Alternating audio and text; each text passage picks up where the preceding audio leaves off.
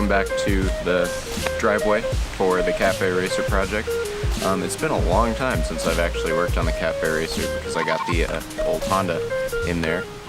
So I figured I'd kind of do a little bit of maintenance on this. So I've gotten a lot of the kind of aesthetic pieces like the headlight and the new seat and the rear shocks kind of on there. And those are kind of basic things that you don't really need to understand that much on how it works. So now we're going to get into the more complicated stuff that I don't really know much about because I don't claim to be an expert. But today we're going to be changing the spark plug.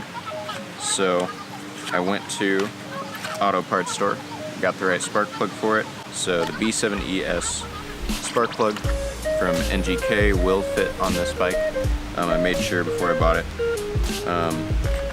If you're a true noob like I am, you might not know that you need a special socket to get a spark plug out.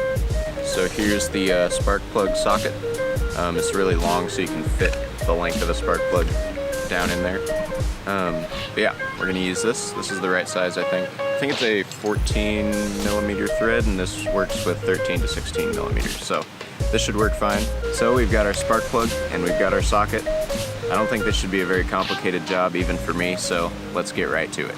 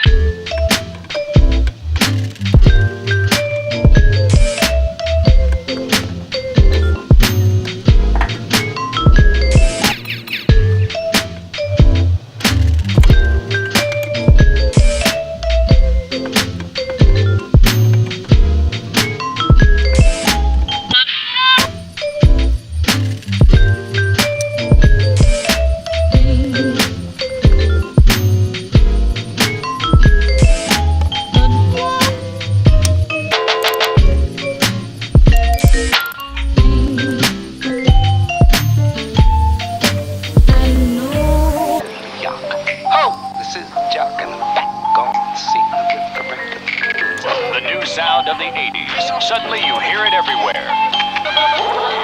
It's all beat and all talk. It tells you a story and makes you want to dance. Steve Fox examines an overnight phenomenon, rapping to the beat.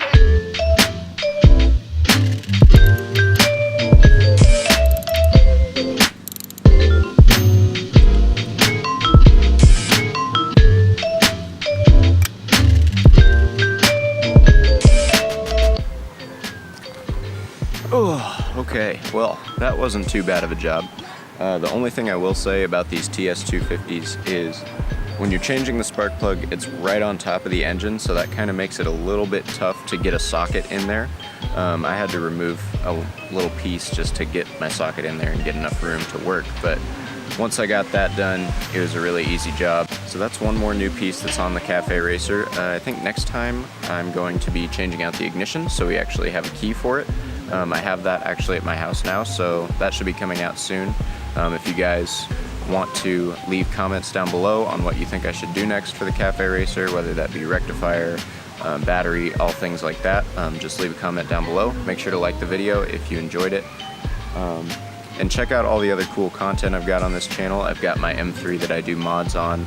We have Brady's Turbo LS M3 that he has been working on for some time. We do cinematic videos, we do road trips, all kinds of stuff, so check those out. I'll see you guys next time. As always, enjoy the road.